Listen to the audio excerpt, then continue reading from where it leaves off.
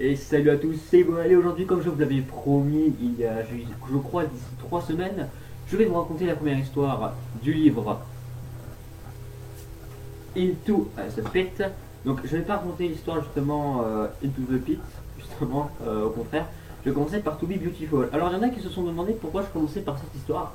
Je vais d'abord éclaircir pourquoi je commence par To Be Beautiful, tout simplement parce que c'est mon histoire préférée et que dans chaque livre, lorsque je vais présenter le bouquin, je vais commencer par mon histoire préférée. C'est une manière pour moi de me motiver et de commencer à bien bosser. Alors tout d'abord, vous pouvez remarquer que la caméra n'est pas comme d'habitude, c'est parce que c'est celle d'un PC portable, et donc du coup ça va être différent peut-être du format vidéo que vous avez l'habitude de voir, mais j'espère quand même que ça vous plaira. J'espère que le décor aussi vous plaît, avec des petites peluches, un petit décor. Bon, après c'est un peu le bordel, un petit peu ça FNAF, bref, j'espère que ça vous plaît. En tout cas, je vous dis juste, avant de commencer la vidéo, un petit like pour me remercier, comme soutien, on va dire, pour continuer cette série, parce que ça il y a quand même 3 histoires par bouquin, 3 histoires par bouquin, il va y avoir 8 bouquins, 21, 24, c'est-à-dire qu'il y a 24 histoires au total dans que je vais raconter, et donc du coup c'est quand même pas mal de boulot, voilà. Bref, je suis désolé pour l'attente et pour l'intro un peu longue, 1 minute 16, c'est ma plus grande intro je crois. Bref, on va commencer tout de suite. Donc posez-vous dans un endroit sombre, calme, regardez cette vidéo peut-être le soir, etc. Ça va être un peu à la forme d'un stress que je vais raconter car j'ai un peu remodelé l'histoire. C'est-à-dire, je ne vais pas vous raconter, enfin traduire mot à mot, en fait, je vais vous raconter l'histoire pour vous donner envie d'acheter le bouquin et de le lire. Mais je vais quand même inclure le plus de détails possible. C'est pour donner aux gens d'acheter le bouquin. C'est pas exactement, je ne vais pas tout expliquer. Voilà. On commence tout de suite. Alors Sarah, c'est une jeune fille qui habite dans une maison plus commune que tout le monde, j'ai envie de dire. Elle est dans une petite banlieue où c'est un peu, c'est classique, on va dire. C'est là où tout le monde habite. Il y a une décharge près de chez elle. Elle va à l'école en bus tous les matins. C'est une fille comme les autres. Sarah, elle est petite, avec les cheveux bruns, et elle se voit que des défauts. Elle trouve qu'elle a un gros nez, ses yeux marrons, pour elle, ça fait des yeux de cochon. Elle se trouve trop grosse, trop grasse. Bref, elle n'aime pas du tout son corps. Chaque matin, elle va se regarder dans sa glace, regarder sa chambre, et regarder toutes les photos de pop stars qu'elle possède dans sa chambre, se dire ouais comme ils sont belles, j'aimerais tant avoir leur physique. En fait c'est une fille qui complexe énormément. Alors peut-être qu'il y a des filles qui sont dans ces cas-là, etc. C'est pas grave, on s'en fout de l'apparence, c'est plus le mental qui compte. Mais Sarah pour elle c'est vraiment l'apparence qui va primer sur les choses.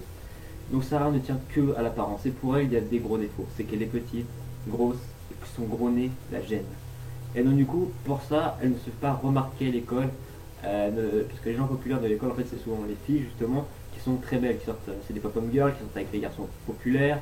Et du coup, elle est un peu à l'écart, elle a pas beaucoup d'amis. Bref, c'est une petite fille en fait vraiment qui est mise à l'écart. C'est une petite fille comme vous et moi, mais qui est vraiment mise à l'écart parce qu'elle est moche, apparemment.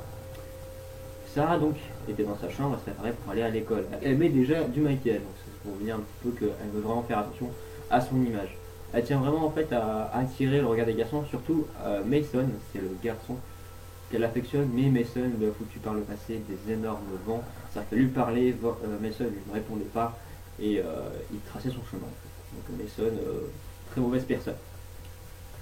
Elle va ensuite du coup partir dans la cuisine et aller manger son petit déjeuner comme à son habitude. Et comme à son habitude, il y a sa mère qui prépare le petit déjeuner, qui prépare des petits gâteaux, des petits bagels, etc. qu'elle prend dans son yaourt. Sa mère est très belle, elle est mince, elle ne porte jamais de maquillage, elle a les cheveux longs, enfin les cheveux longs, mais comment dire, qui sont pas gras et ça, c'est tout propre. Et Sarah comprend pourquoi elle n'a pas arrêté de la beauté de sa mère, parce que sa mère est la plus belle personne qu'elle ait jamais vue, mais elle n'a pas sa beauté. Donc elle est un peu jalouse, je pourrais dire, de sa mère. Elle décide donc alors de sauter le petit déjeuner cette fois-ci, elle prend un yaourt et une bouteille, mais sachant que sa mère va quand même s'en inquiéter, elle dit ne t'inquiète pas maman, je garde ça juste pendant la pause du midi. Elle part ensuite à l'école et elle rate le bus car elle passe son temps à regarder des vidéos YouTube de make-up sur son téléphone. Elle rate le bus, elle arrive enfin à l'école et c'est là qu'il y a les 6 filles populaires de l'école qui passent devant elle. Tous les garçons veulent sortir avec elle, tous les garçons ont la majorité sur elle et comme à son habitude, Sarah est à côté et regarde ébahie justement ce petit défilé un peu surnaturel. Il y a des cris qui sont entendus de loin comme si quelqu'un appelait quelqu'un d'autre, mais genre très fort, comme si vous étiez à l'autre bout d'une cour et que quelqu'un crie pour vous appeler. Et voilà, c'est pareil, elle va crier, crier, et c'est là que Sarah va reconnaître son amie Abby. Abby, c'est qui? Abby, c'est une petite fille tout à fait normale, avec des lunettes rondes, qui adore les livres et qui à chaque fois on tient toujours une masse comme ça contre elle. car elle n'a pas de sac à dos, elle garde toujours contre elle, et elle adore lire, elle adore les Barbies, etc., elle adore jouer, bref, c'est une fille comme les autres, et ils sont amis avec Sarah depuis environ la primaire ou la maternelle. Abby ne comprend pas pourquoi Sarah ne fait plus les activités qu'elle faisait avant. Avant, il parlait de cinéma, de livres, de jeux, etc. Maintenant, Sarah ne parle plus que de mode et de beauté. Vraiment, c'est ses sentiments principaux. Elle a même voulu laisser jouer au cinéma à ses amis. Bref. Abby, comme à son habitude, vient voir Abby, enfin, va voir Sarah, et va demander oh, comment ça va, et Sarah, bref, les présentations naturelles, et ils se dirigent tous deux vers la cantine. À la cantine, ils vont à la table des perdants, surnommés par les gens populaires de l'école. En fait, c'est un peu une table où il va y avoir toutes les personnes qui ne sont pas connues de l'école, c'est-à-dire les gens qui sont un peu discrètes. C'est-à-dire à cette table-là, tu vas retrouver les nerds entre parenthèses, c'est-à-dire ceux qui jouent beaucoup aux cartes ou alors qui passent leur temps sur des écrans. Tu vas retrouver les filles un peu moches, peut-être grosses, etc., que personne ne regarde, et notamment les filles comme Sarah et Abby.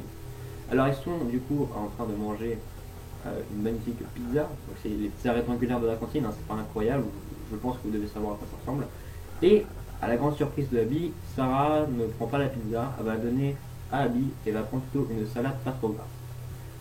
À ça, Abby va lui poser une question. Elle fait Sarah, j'ai remarqué que tu as beaucoup changé en ce moment, mais ça te dirait pas qu'on rejoue à l'époque comme au Barbie, etc. Alors, il faut savoir qu'il n'y a pas de mal à vouloir rejouer à des jeux de son enfance, et vraiment, il n'y a vraiment aucun mal. Ça peut vous faire flipper, ça peut même vous détendre. Mais là, Sarah, non. Elle dit Abby, il faut évoluer. Je veux dire, au collège, ça j'ai déjà plus gamin, il faut quand même voir plus grand dans la vie. Et Abby va être totalement franche et va lui dire mais franchement, t'es devenu pénible, tu ne parles plus que de mode, de vêtements, j'ai envie de dire, t'es devenu trop superficiel. À ça, Sarah va énormément s'énerver, va se lever de la table et va partir en courant tout simplement et hurler je ne suis plus ton ami et d'ici la fin de l'année je vais quitter cette table de loser à laquelle tu vas partir. Donc Sarah avait une seule amie et vient de se disputer avec sa seule amie. Elle rentre chez elle, énervée, les poings serrés, car elle a sauté les courses de l'après-midi, ne faites jamais ça, et rentre chez elle et a une idée, comment se faire remarquer par les garçons qu'elle aime, et ainsi que les filles populaires pour intégrer le cercle des filles populaires. Elle a une idée, c'est se faire une teinture de cheveux. Alors une teinture, je pense que vous savez tout ce que c'est. Elle prend du vert. Alors pourquoi du vert? C'est parce que c'est une de ses couleurs préférées. Malheureusement, elle se fait la teinture, mais elle ne se décolore pas les cheveux. Et donc du coup, ça rate, et on dirait plus un espèce de martien bizarre. Je vais vous mettre une image au montage, mais en gros, c'est pas ouf. C'est vraiment pas ouf. Elle se regarde dans le miroir, elle pleure, car c'est pas du tout ce qu'elle voulait, elle se dit qu'elle sera jamais belle, qu'elle sera toujours moche, et que rien n'y fait. C'est là que sa mère rentre dans la pièce, et se rend compte que sa fille pleure. Alors, je suis pas parent, ni rien, ni responsable d'un enfant, mais je pense que quand tu vois quelqu'un auquel tu tiens, qui est en train de pleurer, et qui va vraiment pas très bien, t'as forcément envie de l'aider, surtout si c'est ton fils ou ta fille. Du coup, elle se penche, elle fait mais qu'est-ce qu'il y a, Sarah, en ce moment je me sens un peu triste, etc. Et sa fille va lui dire j'ai voulu faire une teinture, mais ça me fait ressembler à un martien, c'est pas tout le résultat que j'aurais voulu. Et c'est alors que sa mère a une idée, elle fait bon écoute, la prochaine fois tu n'as juste à me demander, parce que c'est vrai qu'il faut juste te demander, je vais dire une teinture, quand même demander, c'est quand même important. Et elle dit bon, je vais t'emmener chez le coiffeur, on va corriger tout ça. Elle va chez le coiffeur, mais malheureusement, une teinture, ça peut pas s'effacer aussi vite. C'est un produit très puissant. Et donc du coup, on lui coupe les bords des cheveux, et donc du coup, elle ressemble de plus à un porc-épic. C'est ce qu'elle dit. Ce qu'elle dit dans le bouquin, c'est pas moi qui l'ai dit. Et elle est dépitée, elle rentre chez elle, elle regarde le sol, sa mère prend la voiture, elle lui dit non, je vais marcher un peu pour vider la tête, etc. Sa mère comprend, elle part en voiture. Et alors qu'elle rentre chez elle, elle regarde le passage piéton, elle regarde ensuite le trottoir, elle regarde les pierres, les dalles, et ensuite elle voit un grillage au sol. Puis elle se met à regarder un peu plus haut, et elle regarde dans la direction du grillage. Alors avant il y avait un cirque, un peu comme le circus Baby Pizza World, mais c'était plutôt un cirque maintenant. C'était devenu une décharge où il y avait de multiples objets électroniques comme des voitures, tout type de déchets, des pneus, bref, vous devez savoir à quoi ça ressemble une décharge. Ça regarde au loin et bon, elle va passer son chemin, mais quelque chose retient son attention. Elle voit un brin fin, blanc, avec de très beaux, longs et fins justement, doigts blancs, qui sortent on appelle ça, du coffre d'une voiture. Elle sort du coffre d'une voiture et donc, du coup elle est intriguée. Elle se dit mais qu'est-ce que ça fait là? Elle regarde à gauche, elle regarde à droite, et elle se dit bon, bah, vu qu'il n'y a personne, je vais aller voir ce que c'est, parce que ça l'intrigue. Ça l'intrigue vraiment, elle se pose des questions, elle se dit mais qu'est-ce que c'est? Elle s'approche, puis elle essaie d'ouvrir le coffre de la voiture, mais vu que c'est une voiture rouillée, évidemment, un peu difficile de l'ouvrir. Elle va utiliser un objet de fortune qu'elle va trouver à côté, elle va l'utiliser tellement fort qu'elle va tomber, tout simplement. Et le coffre va réussir à s'ouvrir. C'est là que la poupée ou l'objet va tomber à ses pieds à cause du poids, parce qu'en fait le coffre permettait justement de la retenir. C'est alors que le jouet ou la poupée semble à terre. On dirait de plus en plus d'ailleurs un mannequin. Je vais vous faire la description physique de ce mannequin et vous allez comprendre tout de suite qu'est-ce que c'est. Cette espèce de mannequin était plus grand de quelques centimètres de Sarah. Elle semblait entièrement articulée. Son visage était composé de deux grands yeux verts et larges, des longs cils roses, du rouge à lèvres autour de la bouche et deux cercles rouges dessinés sur les joues. On aurait dit un clown, mais un joli clown. Ses cheveux étaient coiffés pour former deux couettes rousses. Sa peau était blanche et argentée par endroits. Son cou était très long, plus long qu'un normal. Elle possédait un tout petit buste ainsi que de jolies hanches arrondies. Elle ressemblait à une version robotique des mannequins que Sarah admirait. Alors là, je pense que vous avez compris avec la description physique que je vais vous faire. C'est clairement Baby, mais avec un plus long cou et un peu plus maigre. Il faut savoir que dans l'histoire de FNAF, il y a eu de multiples mannequins, etc. Et on a retenu que les principaux, c'est-à-dire Baby, etc. Mais il existe de nombreux animatroniques qu'on ne connaît pas, qu'on va montrer dans l'histoire justement alternative, justement dans les phases d'alpha. Et justement là, on tombe sur Circus Baby 2.0, j'ai envie de dire, et Sarah est stupéfaite. Le robot est magnifique, elle ressemble à ce qu'elle aurait voulu ressembler. Elle se dit, au pire il n'y a personne, je vais la prendre chez moi en tant que mannequin. Et elle décide de le traîner jusqu'à chez elle. À sa surprise, le robot est très léger. Et elle parvient à rentrer chez elle comme si elle n'avait rien porté. En fait, le robot est très léger. C'est comme s'il n'y avait rien dedans, pas de mécanisme. Elle rentre chez elle et décide, pour enlever tout ce qui est entre la rouille et la poussière, d'aller chercher dans la cuisine un petit produit, donc un petit désinfectant et un petit produit serviette. Elle est dans le robot et se rend compte qu'il y a un bouton on-off. Elle décide d'appuyer dessus, mais il ne se passe rien. Du coup, elle le éteint, elle le rallume et il ne se passe rien. Elle se dit, bon, bah, il n'y a plus de batterie. Donc c'est pas grave, j'ai déjà un beau mannequin, mais elle est un peu déçue. Alors qu'elle se retourne et qu'elle s'apprête à aller poser le désinfectant ainsi que ce qui lui sert de lingette à la cuisine, donc en bas, parce qu'elle habite à l'étage de la maison, elle entend une voix qui lui parle et qui fait « Bonjour mon ami ». Sarah se retourne alors, très surprise, elle fait « Mais tu fonctionnes ?» Elle fait « Oui, je m'appelle Eleanor. Et toi ?»« Je m'appelle Sarah. » Eleanor va alors prendre une voix très douce, très gentille. Bonjour Sarah. Merci de m'avoir nettoyé et de m'avoir tiré de la décharge. Je te remercie. J'aimerais pouvoir te rendre l'appareil de ce que tu m'as fait. J'aimerais pouvoir te rendre un service aussi grand que celui que tu m'as rendu. Sarah hésite. Elle se dit, qu'est-ce que tu voudrais que je te dise? Elle fait, bah écoute, as-tu un vœu? Quelque chose que tu désires au plus profond de ton cœur? Je ferai tout pour le réaliser.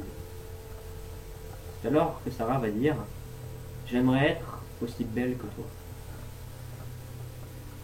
Eleanor ferme les yeux. La fille fait, d'accord. Laisse-moi 24 heures et je trouverai une solution pour ton vœu.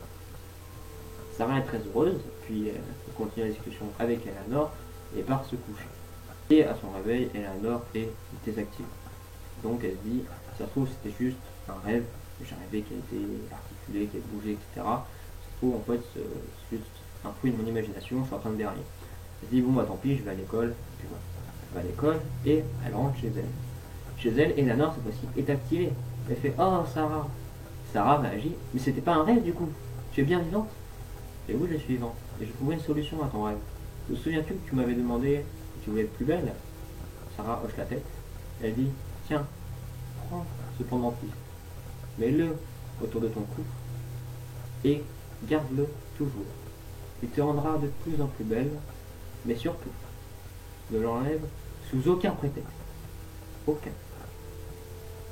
Le pendentif, c'était en gros, je vous montre une image, un pendentif tout court, tout simple, gris, avec un petit symbole de cœur, un petit motif de cœur. Sarah est très heureuse, car déjà elle reçoit un magnifique collier, et en plus, apparemment ça va la rendre plus belle. Elle fait un câlin à Eleanor, elle dit oh merci, merci d'être là, merci, tu es vraiment génial, tu es vraiment super comme amie. Elle trouve ça vraiment Eleanor comme une amie. Et Eleanor va alors lui répondre, C'est rien, Sarah. Tu m'as sauvé, tu m'as nettoyé. Je dois juste te rendre service. Sarah, du coup, ne fait pas plus attention que ça et décide du coup d'aller se coucher parce que c'est déjà le soir. Et oui, elle part se coucher et le lendemain, quand elle se lève, elle remarque que ses jambes sont plus minces et que elle est un peu plus grande. Elle regarde Eleanor, mais Eleanor est désactivée.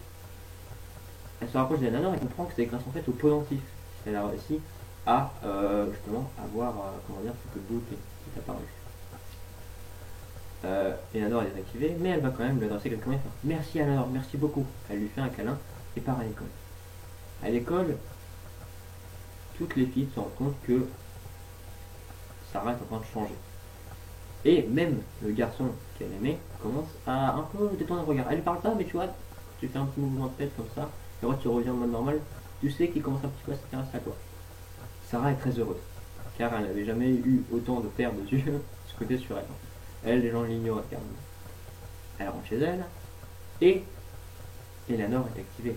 Elle fait un câlin énorme à Eleanor, elle dit merci Eleanor, vraiment te rencontrer, c'est l'une des plus belles choses de ma vie. Je veux dire, tu vas arranger toute ma vie, tous mes problèmes.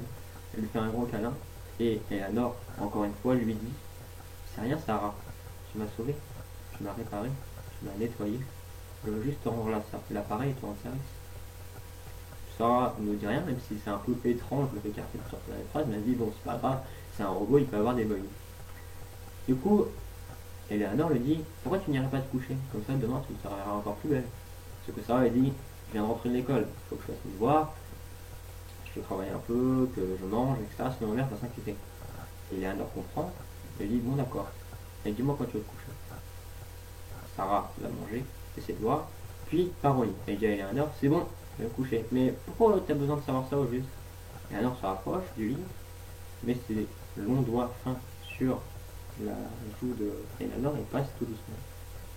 Et lui dit je vais t'ajouter une petite berceuse qui pourra te rendre encore plus belle que ce que tu n'es déjà. Sarah approuve et dit bon d'accord. Elle ferme les yeux et la chanson de Eleanor donc apparaît.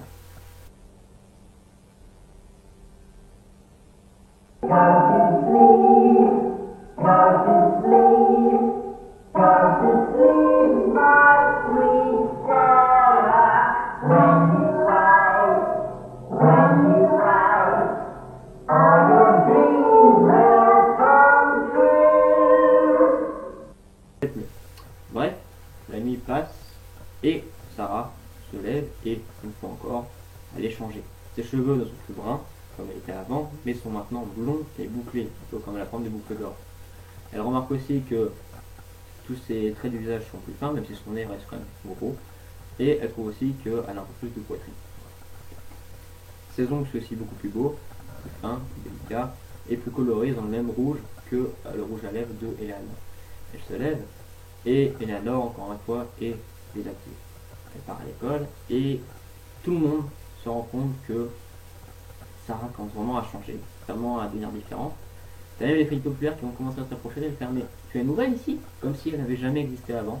Sarah ne va pas être méchante ni folle, elle va dire non, je suis ici depuis longtemps, mais vu qu'on parle, autant continuer, etc. Et donc du coup, il y a une amitié qui va un peu se monter, et même le garçon nommé Mason va s'intéresser, va se rapprocher de Sarah et lui dire Sarah, écoute, je suis vraiment ravissante, etc. aujourd'hui. Est-ce que tu serais disponible pour un petit rendez-vous samedi au cinéma? Sarah est heureuse comme jamais. Elle rêve, c'est un rêve qui devient réalité. Elle est complètement déconnectée de la réalité là. Elle se dit mais attends, c'est vraiment en train de m'arriver.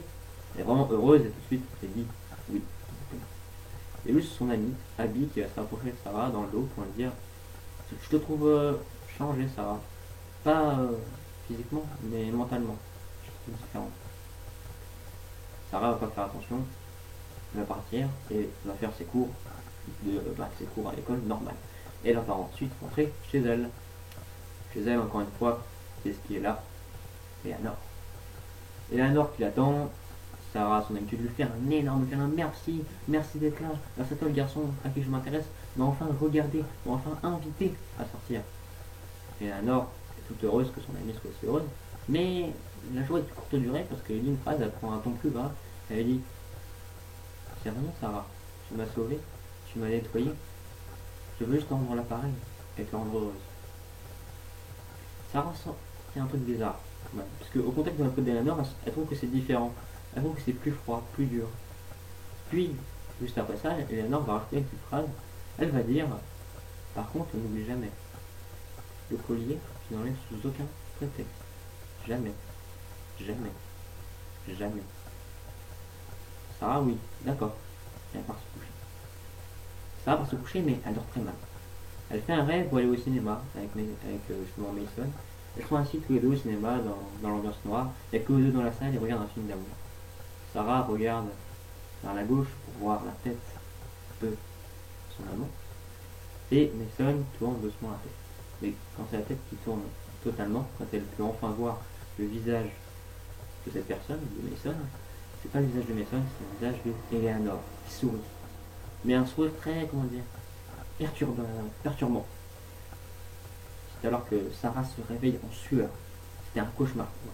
Elle se réveille, elle est en sueur, elle tremble, et en voyant dessous de son lit, elle voit Eleanor juste devant son lit, dans le noir.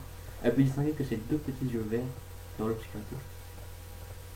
Elle remet un petit peu de coiffure sur elle, comme si elle était terrifiée. Je veux dire, tu te réveilles à 3h du matin, t'as un animatronique qui te regarde droit dans les yeux, qui te regarde dormir. Elle tremble, elle fait Eleanor, qu'est-ce que tu fais? Et alors elle dit Enfin, Sarah, comme chaque nuit, je vais au bout de ton lit et je te regarde.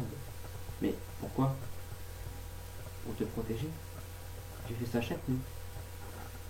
Sarah est un peu mal à l'aise, elle dit d'accord, est-ce que tu peux aller vers la porte? Me regarder, mais depuis la porte, s'il te plaît. Et Eleanor, elle dit bon, d'accord, ça peut t'aider. À demain. Et elle repart à la porte. Sarah se recouche, se réveille le lendemain, et incroyable, son nez gros a disparu et elle a une taille maintenant plus fine, elle est ce qu'elle aurait voulu être depuis toujours. C'est ainsi qu'elle se lève, mais Eleanor n'est pas là. Elle n'est pas dans la pièce, elle se dit peut-être qu'elle a vexé hier. Est-ce qu'un robot peut avoir des sentiments, elle peut être vexée et même partir? Elle dit qu'elle devra s'excuser en rentrant si elle est à nouveau là, mais elle décide de partir à l'école car on est vendredi. Et c'est donc le lendemain où elle va aller avoir le fameux rendez-vous avec Lisa. Elle part du coup à l'école et on va zapper les périodes de cours parce qu'on s'en fout un peu. Et on remarque que Abby a remarqué qu'elle possède un collier qu'elle ne retire jamais. Elle lui demande c'est marrant, c'est depuis que tu as ce collier là que tu as un peu changé. Elle fait qu'est-ce que tu veux, c'est nouveau style, nouvelle vie. Et alors qu'elle prend son plateau et qu'elle décide de se diriger vers la table des filles populaires, car les filles populaires ont maintenant accepté, Abby, curieuse, touche au collier. Mais elle le touche tellement fort et très vivement qu'en fait ça va se décrocher. C'est alors que immédiatement le collier est enlevé, Sarah tombe par terre. Vraiment à la renverse, comme une commode qu'on aurait tout de suite basculé. Dans un fracas énorme, tous les élèves de la cantine se retournent vers l'endroit où Sarah vient de tomber. Sarah essaie de se relever, mais sa main elle glisse. Elle n'arrive pas à se relever. Elle comprend pas, et elle décide de regarder sa main.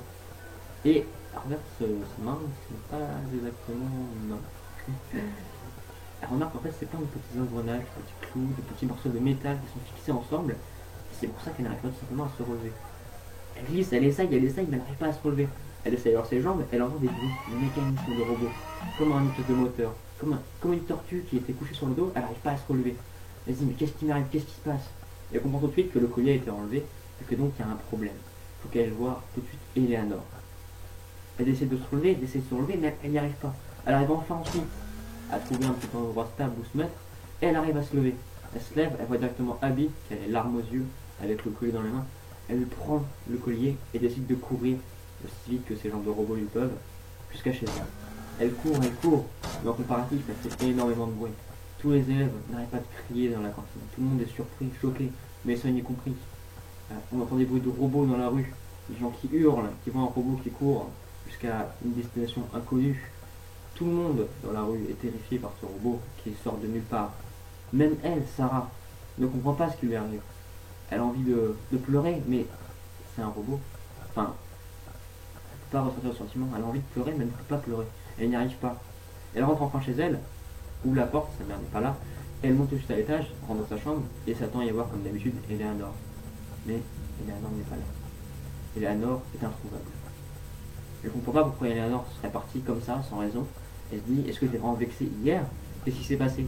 Elle décide de faire le tour de la maison, mais elle comprend pas. Elle cherche, elle crie. Eleanor. Mais sa voix de robot bug. Et en fait, au bout d'un moment, elle fait Eleanor. Il n'y a plus de bruit. La maison est calme. Plus aucun bruit. Elle a fouillé toutes les pièces de la maison. La cuisine, le salon, sa chambre, la chambre des parents. Eleanor n'est pas dans la maison. Elle décide alors prévument de se diriger vers le garage, qui est la seule zone qu'elle n'a pas fouillée, mais à très peu d'espoir. Elle ouvre la porte, et difficilement, mais elle réussit un petit peu à l'ouvrir fracassement, comme si en fait on restait appuyé, comme si on prenait la porte comme ça en fait. On ouvre la porte comme ça. Et là, elle voit des sacs poubelles. Elle dit d'accord, c'est des sacs poubelles, et Eleanor n'est pas là. Elle s'apprête à refermer la porte et à partir. Mais elle remarque dans le détail que dans les sacs poubelles, il y a des morceaux humains. Au début, elle se dit, qu'est-ce qui se passe? Pourquoi il y a des morceaux humains dans mon garage? Qu'est-ce qui se passe? Et c'est là qu'elle remarque le bout de son œil, son nez qui la faisait complexer, est maintenant au sol, à quelques centimètres de ses pieds. Elle était terrifiée, elle a envie de pleurer, de crier, d'appeler à l'aide. Mais elle n'arrive pas, elle ne peut pas. C'est alors que, sortie de l'obscurité, deux yeux verts se distinguent. Sarah comprend, et Eleanor est maintenant dans le garage. Eleanor se rapproche simplement de justement Sarah, et lui dit, tu voulais être plus belle, Sarah. Je t'ai rendue plus belle. J'ai réalisé ton rêve. Et tu as par la même occasion réalisé le mien. Sarah ne comprend pas, elle est ébahie. Puis, au fur et à mesure que le discours d'Eleanor continue, elle remarque qu'elle tombe en pièces. Comme si les bouts de métal qu'elle avait scotchés entre eux, enfin qui étaient collés entre eux, commençaient à se disloquer, à tomber tous en pièces.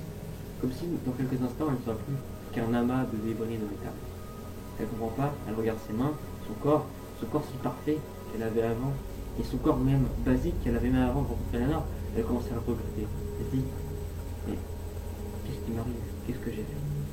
C'est là qu'Eleanor remarque que dans sa main de robot, Sarah tient encore le collier. Elle prend le collier des mains de Sarah, le met autour de son propre cou, donc au cou d'Eleanor, et remarque qu'il y a un petit bouton cœur sur le cou d'Eleanor, que Sarah n'avait pas remarqué. Elle appuie sur le bouton cœur et se transforme directement en Sarah. Et pas la Sarah belle, etc., qu'on a connue dans toute l'histoire. La Sarah originale, qu'on trouvait moche, que personne n'aimait, qui était la seule amie d'Abby. La Sarah avant de rencontrer Eleanor. Sarah ne comprend pas, elle regarde de ses pauvres yeux elle-même en fait. Eleanor qui est devenue Sarah, elle qui ne devient plus qu'un amas, des débris de métal, elle ne comprend pas. Et alors qu'elle tombe de plus en plus en amas de pièces, détachées, etc., elle a envie de pleurer mais elle ne peut pas. Elle regrette tout ce qui s'est passé, elle regrette de s'être disputée avec son ami. Elle regrette d'avoir été plus belle, enfin de l'avoir voulu être plus belle. Et elle voudrait retourner en arrière, mais elle ne peut pas. C'est alors qu'elle tombe en pièces, dans ses derniers soupirs, et Eleanor se retourne une dernière fois, ouvre la porte du garage, et dit, tu voulais être belle comme moi, je t'ai rendue belle comme je l'ai dit. Je ferme la porte du garage et s'en va. Et c'est alors que les derniers morceaux de soleil qui éclairent le garage disparaissent, que la vie qui peu à peu dans le garage et que Sarah s'éteint.